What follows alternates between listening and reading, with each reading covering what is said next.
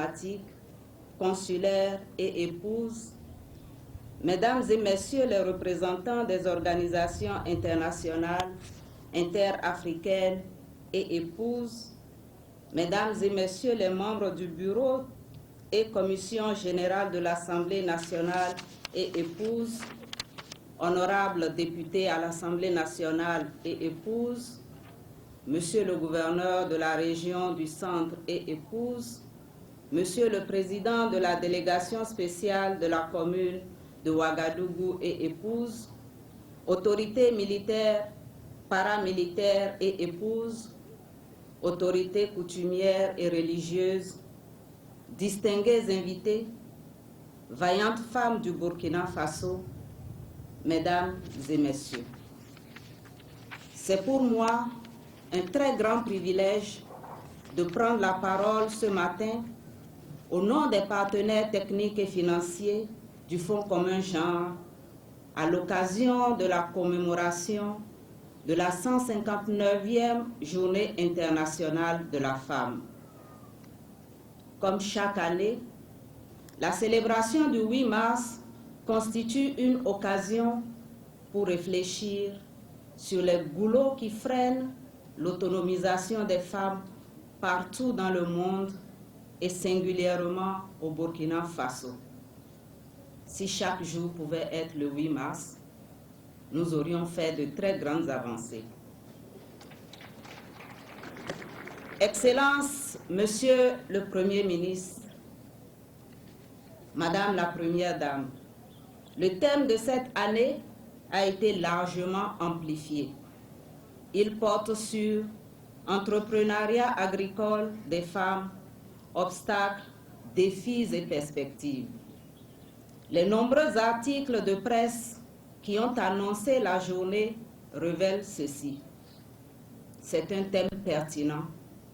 Dans un contexte où l'autonomisation économique des femmes en général et celle rurale en particulier est l'une des préoccupations majeures des autorités de notre pays.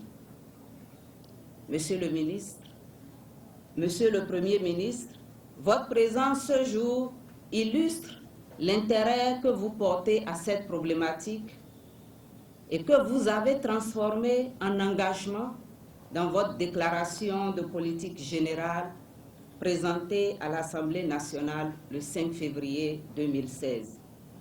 Ce thème nous invite tous et toutes à nous engager, à prendre davantage en considération la place de la femme dans l'entrepreneuriat agricole pour un développement économique et social durable du Burkina Faso.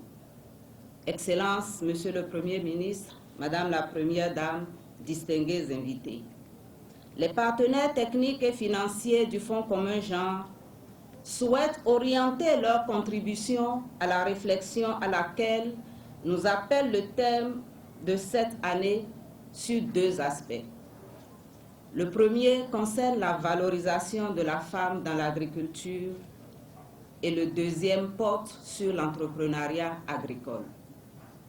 Avant d'aborder le premier aspect, je voudrais remercier très sincèrement Madame la Première Dame pour son implication personnelle aux côtés de Madame la Ministre de la Femme, de la Solidarité nationale et de la Famille dans l'organisation de la présente célébration. Je voudrais également rendre un hommage à toutes les femmes du Burkina qui ont perdu leur vie au front de la paix, au front de la stabilité du Burkina Faso. Je voudrais enfin rendre hommage à la femme burkinabé qui s'investit chaque jour avec engagement et détermination à œuvrer pour conquérir la place qui lui revient dans le processus de développement économique et social du pays. Mais savons-nous qui est cette femme? Cette femme, c'est 51,7% de la population totale du Burkina qui supporte 90% des charges domestiques et effectue près de 80% des travaux agricoles. j'ai eu l'opportunité, il y a 1 an, de visiter Bagré Pôle de croissance et je me suis intéressée au découpage de la filière rizicole après mon premier contact avec les femmes étuveuses. Au-delà de l'étuvage, les femmes sont très actives dans toutes les autres séquences de cette filière. Si vous enlevez les femmes, il n'y aura plus de riz à Bagré Pôle. Ce seul exemple de Bagré Pôle de croissance révèle que la femme constitue la frange la plus dynamique dans le domaine de l'agriculture. Toutefois, sa contribution reste peu quantifiée et faiblement valorisée. Excellences, Monsieur le Premier ministre, Madame la Première Dame, distingués invités, la question de l'entrepreneuriat agricole reste un important défi au Burkina. Le secteur agricole est au cœur de l'économie du Burkina et emploie une proportion significative de la population active, soit 72%. Le secteur agricole constitue la source première de subsistance et de revenus de plus de la moitié de la population du pays. En outre, il existe des liens étroits entre le secteur agricole et les autres secteurs de l'économie qui produisent un effet de stimulation de la croissance et de la génération de richesses. Le Burkina ne peut donc jamais parler de développement économique et social et de sécurité alimentaire si le potentiel du secteur agricole n'est pas valorisé.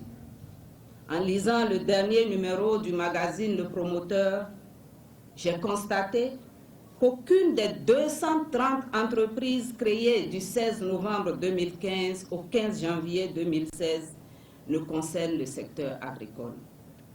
Les secteurs d'activité couverts par la plupart de ces entreprises sont le commerce et les services. Ce n'est pas acceptable. Dans un pays comme le Burkina, où l'agriculture continue d'être considérée comme un domaine résiduel. C'est pourquoi les partenaires par ma voix saluent la place que le gouvernement accorde à cette question essentielle de développement solide de l'entrepreneuriat agricole. Nous espérons fortement que les femmes ne seront pas en marge des initiatives visant la promotion de l'entrepreneuriat agricole. À ce titre, nous voulons inviter le gouvernement à mettre en œuvre des approches structurantes favorables au développement de l'esprit d'entrepreneuriat chez les femmes et à promouvoir des programmes et projets agricoles qui tiennent compte de la dimension genre. En effet, malgré les progrès en cours, les femmes ne disposent pas encore des mêmes chances que les hommes pour tirer profit des nombreuses opportunités du secteur agricole. Excellences, Monsieur le Premier ministre, Madame la Première Dame, distingués invités, au nombre des défis persistants qui freinent l'accès équitable aux opportunités du secteur agricole, je voudrais mettre l'accent sur l'accès des femmes aux ressources stratégiques ainsi qu'à leur contrôle. L'entreprise agricole commence par la disponibilité de la terre. Or, selon les données fournies par l'INSD, 68,4% des femmes qui s'investissent dans l'agriculture ne possèdent pas la terre en 2011, malgré la loi sur le foncier. Les partenaires techniques et financiers du Fonds commun genre ne souhaitent pas défoncer une porte déjà ouverte, Excellence, Monsieur le Premier ministre. Nous souhaitons tout simplement vous appeler à une action à laquelle vous vous êtes engagé, notamment la mise en œuvre de mesures appropriées pour garantir l'effectivité de l'application des textes de la loi sur le foncier afin de faciliter l'accès des femmes et des jeunes à la terre. Nous voulons aussi solliciter Madame la Première Dame à se joindre à nous pour le plaidoyer en faveur de la réalisation de ces mesures. Si cela se réalise, le Burkina aurait également assumé son engagement vis-à-vis des objectifs de développement durable qui invitent les pays, notamment à travers les objectifs 5 et 8, à promouvoir respectivement l'égalité des sexes et l'autonomisation de toutes les femmes et les filles, et à promouvoir la croissance économique soutenue et partagée de manière à produire un plein emploi et un travail décent pour tous. Nous voulons encore une fois saluer les initiatives entreprises par le pays pour promouvoir l'entrepreneuriat féminin, dont, entre autres, la mise en place du guichet d'appui à l'entrepreneuriat féminin au niveau du Fonds burkinabé de développement économique et social, doté de plus de 6 milliards de francs CFA en 2015 et qui a permis de financer plus de 1000 femmes. Ces 1000 femmes doivent être suivies pour que cela se transforme réellement en opportunité. Si le Burkina veut réduire la vulnérabilité économique des femmes, les initiatives du genre sont à encourager à travers l'ouverture de guichets similaires au niveau des autres fonds existants. Pour notre part, en tant que partenaire technique et financier organisé au sein du cadre de concertation genre, nous avons décidé d'inscrire dans les axes stratégiques du Fonds commun genre l'entrepreneuriat féminin en tant que domaine d'intervention. L'objectif étant d'apporter un appui aux entreprises dirigées par des femmes et d'amener celles qui ont cette ambition à s'y investir. Nous sommes également engagés à soutenir les efforts du gouvernement afin que le pays se dote d'un cadre institutionnel et d'outils qui lui permettent de définir une vision et des orientations stratégiques ainsi que des plans opérationnels de promotion de l'entrepreneuriat féminin. Pour finir, je voudrais me tourner vers les hommes pour juste leur rappeler que l'égalité entre les femmes et les hommes est gage de justice et de développement économique. C'est ensemble, hommes et femmes, que nous pourrons contribuer à éclore et à promouvoir les talents des femmes. C'est ensemble, hommes et femmes, que nous pourrons contribuer à protéger les femmes et les filles contre d'autres fléaux comme la mortalité maternelle, les mutilations génitales féminines et j'en passe. Comme le dit Ban Ki-moon en cette journée, je cite, « L'autonomisation des femmes fera avancer la société. Consacrons-y des fonds suffisants. Sensibilisons courageusement l'opinion et manifestons une volonté inébranlable pour parvenir à une plus grande égalité des sexes dans le monde. C'est le plus grand investissement qui soit dans notre avenir partagé. » Fin de citation.